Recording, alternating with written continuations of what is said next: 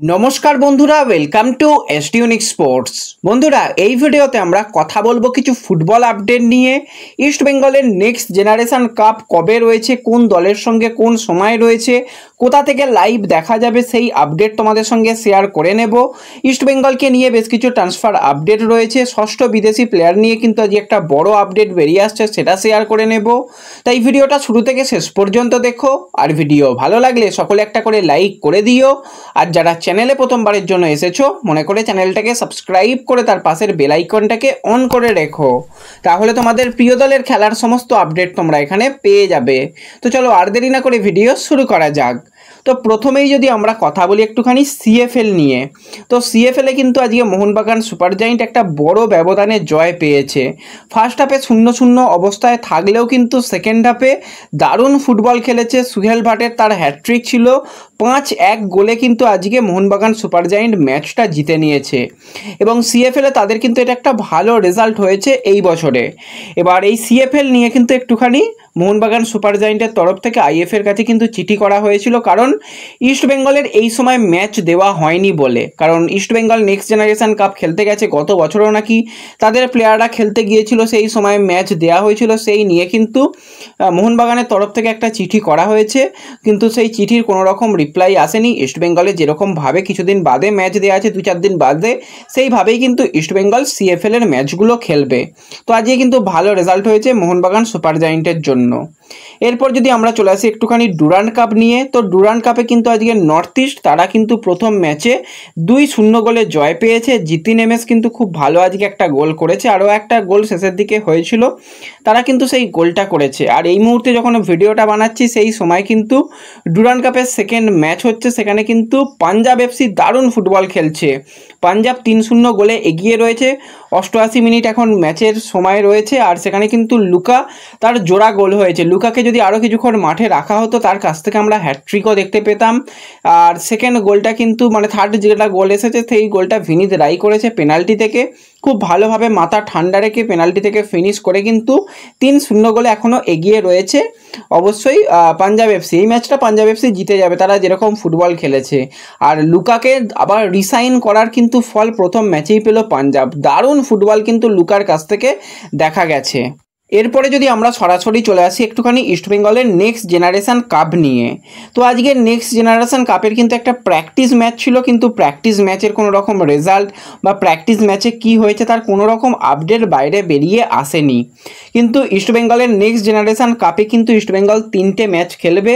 প্রথম ম্যাচ রয়েছে 1 আগস্ট কিন্তু ভারতীয় সময় সন্ধ্যা 7:30 থেকে তারা কিন্তু ক্রিস্টাল প্যালেসের মুখোমুখি হতে চলেছে। তারপরে 2 তারিখে আবার ম্যাচ রয়েছে এভারটনের সঙ্গে, ম্যাচ একই সময় সন্ধ্যা 7:30 থেকে কিন্তু এভারটনের মুখোমুখি হবে ইস্টবেঙ্গল। এবং 3 তারিখে ম্যাচ রয়েছে অ্যাস্টন ভিলার সঙ্গে, সেই ম্যাচটা কিন্তু রাতের দিকে হবে, রাত 8:30 থেকে কিন্তু ম্যাচ রয়েছে। এই যে ম্যাচগুলো কিন্তু পুরোপুরি 90 মিনিট হবে না, আরও একবার বলে রাখি, অনেকেই এই ব্যাপার নিয়ে জানতে চাইছিলে যে এই ম্যাচগুলো 90 মিনিট নয়, ম্যাচ কিন্তু হবে 50 মিনিটের, এবং দুটো হাফে ভাগ থাকবে, 25 মিনিটে ফার্স্ট হাফ এবং 25 মিনিটে কিন্তু সেকেন্ড হাফ। এবং এখানে 11-11এই খেলা হবে, কোনো রকম অসুবিধা নেই। আর চেঞ্জও বেশ কিছু থাকবে, চেঞ্জ করার অপশান ইস্টবেঙ্গলের কাছে থাকবে, প্লেয়ারদের ঘুরিয়ে ফিরিয়ে কিন্তু খেলতে পারবে ইস্টবেঙ্গল দলের কোচ। আর লাইভ কোথা থেকে দেখবে, লাইভ দেখার জন্য যে রিলায়েন্স ফাউন্ডেশনের যেটা অফিসিয়াল চ্যানেল রয়েছে সেখান থেকেই লাইভ দেখানো হবে। যাই হোক, যেদিন ম্যাচ থাকবে তার আগে কিন্তু সেইগুলোর ব্যাপার নিয়ে আলোচনা করে দেব, আর সম্পূর্ণ বিনামূল্যেই কিন্তু তোমরা ম্যাচগুলো এনজয় করতে পারবে। আর একটা ব্যাপার নিয়ে কালকেও অনেকের মনে প্রশ্ন ছিল যে আমান সিকে, সে তো নেক্সট জেনারেশন কাপ খেলতে গেছে। দেখো, আমান সিকে নেক্সট জেনারেশন কাপ খেলতে যায়নি, প্রথমেও বলেছিলাম। কালকে আমান সিকে ডুরান্ড কাপ খেললো। আমান সিকে ডুরান্ড কাপের জন্য ইস্টবেঙ্গলের সিনিয়র দলের সে প্লেয়ার সিনিয়র দলে রয়েছে, আর রিলায়েন্স ফাউন্ডেশন ডেভেলপমেন্ট লিগ হচ্ছে ইউথ টিমের প্লেয়াররা সেখানে খেলে, সেখানে দেবজিতের মতন প্লেয়ার গেছে, তারা কিন্তু রয়েছে। আর কিছু সিনিয়র প্লেয়ারদের মধ্যে শ্যামল বেসরা রয়েছে, তারও যদিও খুব বেশি বয়স নয়, আর তন্ময় রয়েছে, তারা রয়েছে, গৌরব সাউ গোলকিপারের জন্য গেছে। তো প্লেয়াররা কিন্তু খুব ভালো এনজয় করছে, মাঠে যাচ্ছে, পরিবেশ, মাঠের গ্রাউন্ড কন্ডিশন বা বাদবাকি সমস্ত ড্রেসিং রুম সেগুলোকে ঘুরে ফিরে দেখছে। ভানলাল পেকার রয়েছে, গুণরাজ রয়েছে, তারাও কিন্তু যে অনূর্ধ্ব-20 জাতীয় দলের ক্যাম্প থেকে ইস্টবেঙ্গলের ক্যাম্পে যোগদান করে তারাও গেছে। পরবর্তী সময় স্কোয়াড কীরকম, প্লেয়িং 11 কীরকম সেগুলো নিয়ে অবশ্যই আলোচনা করা যাবে। এছাড়া কালকে ফেসবুক পেজে লাইভ আসার কথা ছিল, কিন্তু শারীরিক অবস্থা একটু খারাপ ছিল বলে লাইভ আসতে পারিনি। আজকে কিন্তু রাতের দিকে ফেসবুকে লাইভ আসবো। যারা যারা জয়েন হতে চাও তারা কিন্তু অবশ্যই ফেসবুক পেজে জয়েন হয়ে যাও, সেখানে কিন্তু তোমরা সমস্ত লেটেস্ট আপডেট সবার আগে পেয়ে যাবে।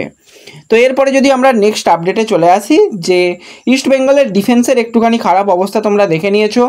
মার্ক জোথানপুইয়াকে কেউ যদি ভাবো সে সাইড ব্যাকে খেলতে পারে, তার ধারণা সম্পূর্ণরূপে ভুল।